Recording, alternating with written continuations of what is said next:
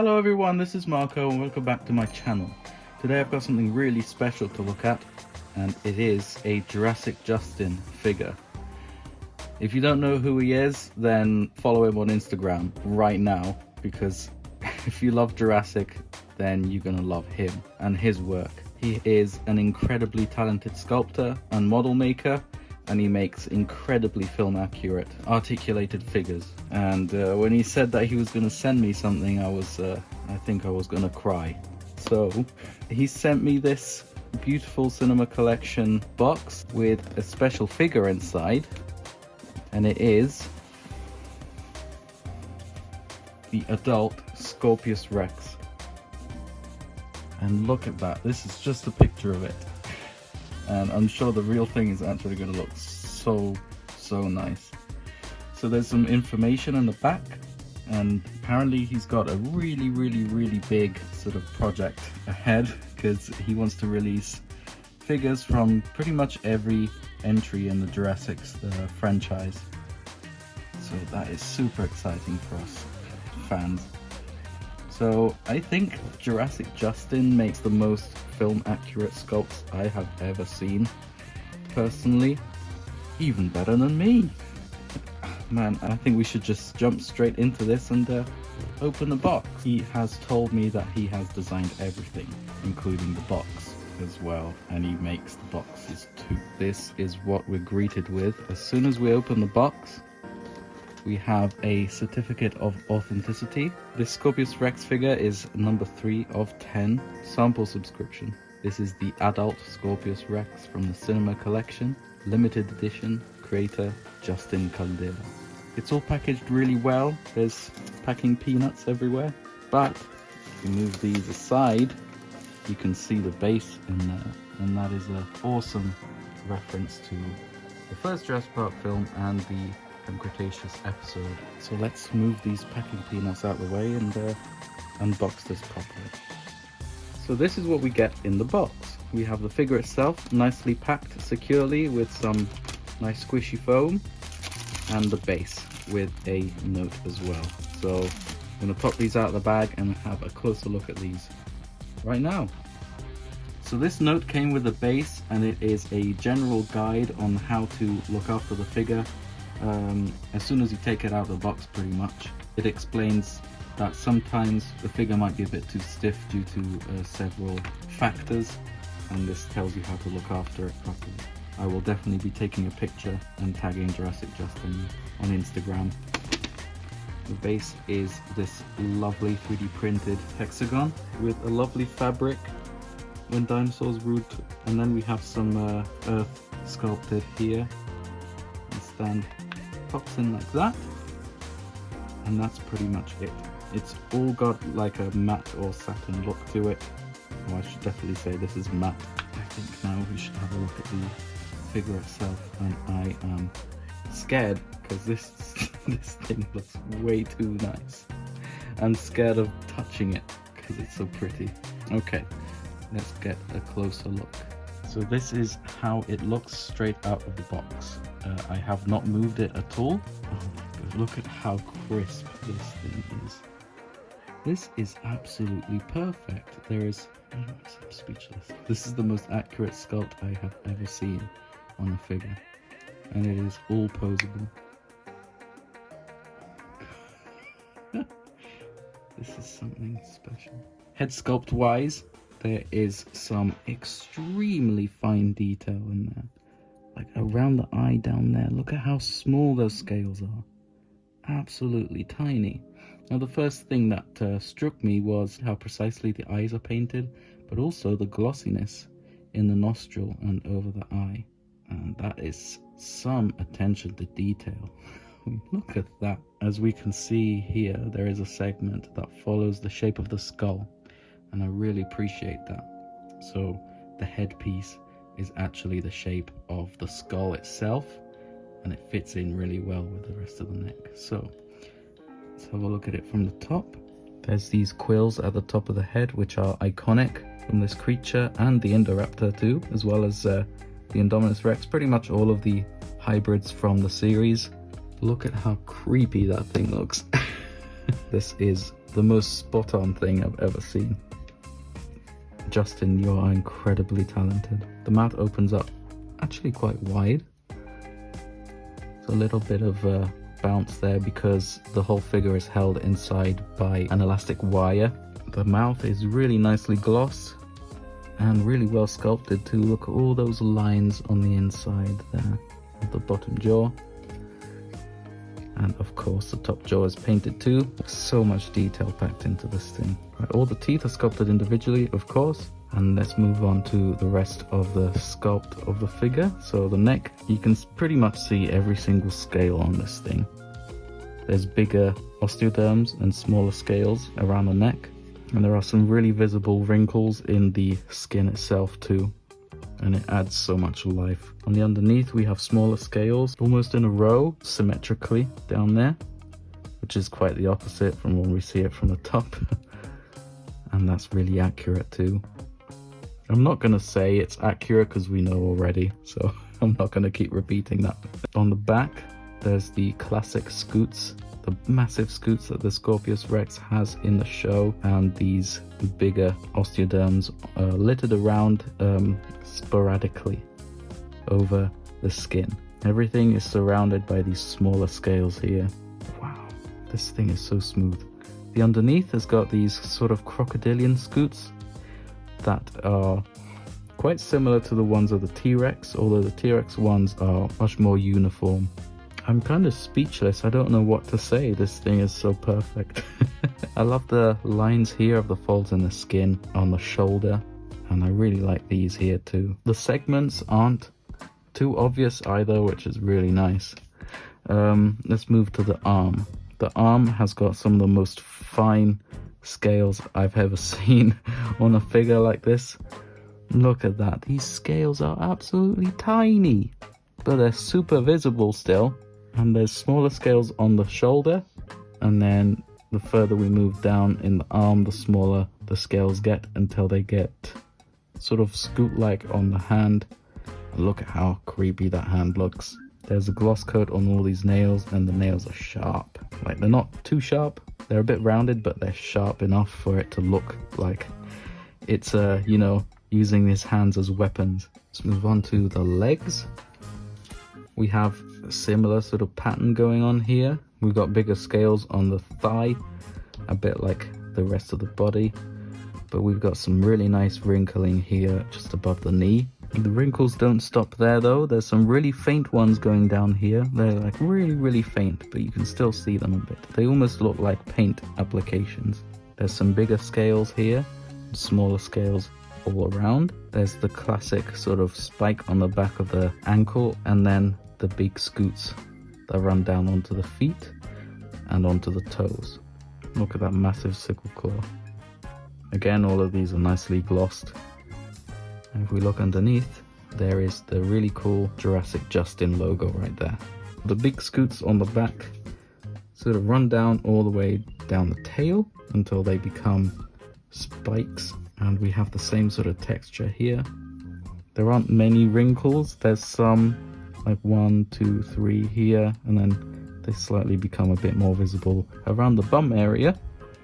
Underneath we have these row of scoots and scales going down all the way down to the tip of the tail.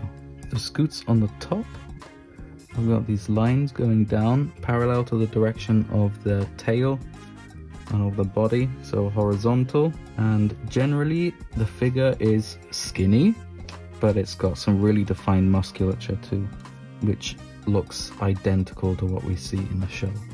It's got articulation throughout every single segment.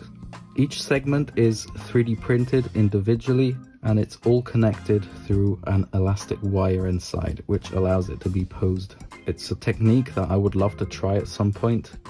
I've never done that before, and it'll be a really interesting challenge. Justin and I are really good friends too, so I'm pretty sure he'll be able to point me into the right direction, and I can't wait to try that out. Anyway, let's have a look at the articulation. As we stated earlier, the jaw is articulated, and it is incredibly smooth. This is dream stuff for stop motion animators. The neck has got a joint here, right in the middle, like so. and it moves side to side and up and down. There's another segment here which does the same. So I'm really scared about moving this, by the way, because paint might chip off, because this is a handmade figure. So obviously it's not mass produced with super durable material and designed for children. This is not designed for children, this is designed for collectors. So pretty much once you pose it once, you just pop it on your shelf and it looks beautiful throughout the rest of its life. So I'm not gonna test the articulation too much because I'm really scared of ruining this thing. The torso moves side to side and up and down too, like so. The tail is articulated throughout all of these segments. Every single segment can turn, spin, and be posed in pretty much any direction. It can spin around this area, but it doesn't around these because it's flat. Cross section, it needs to be a circle for it to be able to twist around, but this is more accurate to what we see in the film. The animal wouldn't be able to twist the tail round like that anyway. So good job, Justin. The tail joint here moves up and down like that, and this tail can actually be posed quite a bit, like give it a nice curve like that. It works better than a wire tail in my opinion. Look at that, and it keeps the pose. It doesn't go back unless you move it yourself. The arms can swivel in and out like the Mattel stuff, but this thing is on another planet, it's on another level. The shoulders move up and down. They can twist all around, but I'm not going to do that because I don't want to ruin the paint job. The arm moves up and down too, a little bit side to side.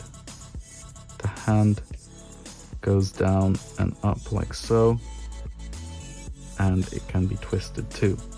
Wow, this thing is so smooth. The articulation on this thing is incredibly smooth. So the thighs move in and out like Mattel stuff.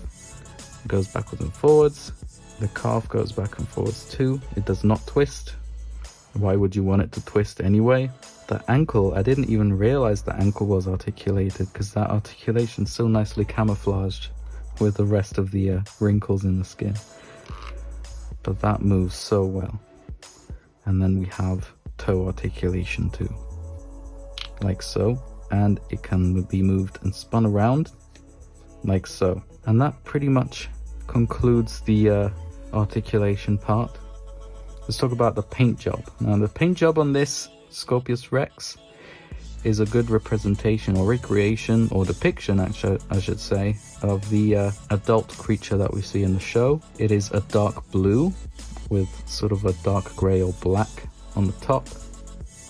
He has done some blue dry brushing, I'm guessing, over the whole thing, and on the bottom we have some really nice counter shading with some off-white or beige, which is present on the knees too, on the hands and on the feet.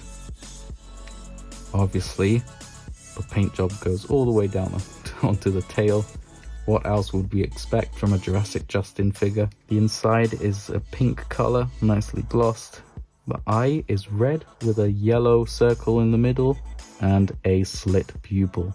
And this is the most crisp paint job I have ever seen on anything. Because this has got a elastic wire inside, I don't expect it to stand by itself because the elastic wire isn't as strong as other sort of injection molded ball joints are. Let's give it a go. It does stand a bit.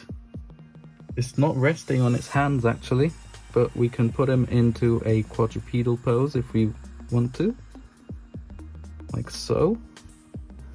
It does stand a bit, but I am really scared, so it's a good thing it comes with a base. So the peg goes into the peg hole here and onto the base here. Now it's standing onto the base. I'm gonna play around and pose it properly, and I'll show you what it looks like its entirety posed.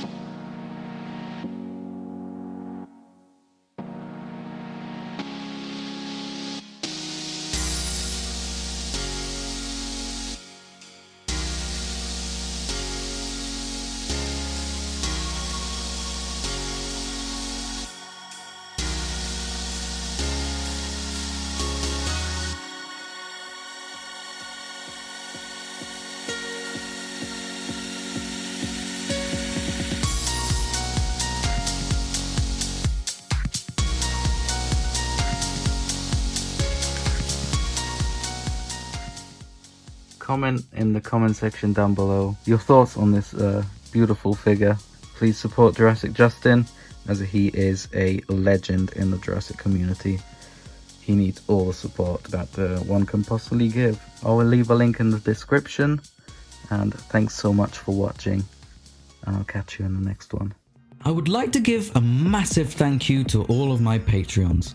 Seriously guys, your support really does mean the world to me, as it helps me do what I love for you. You help me buy materials, and most of all, you give me a helping hand with improving the quality of the content of my videos. Even if it's just a small donation, every little helps.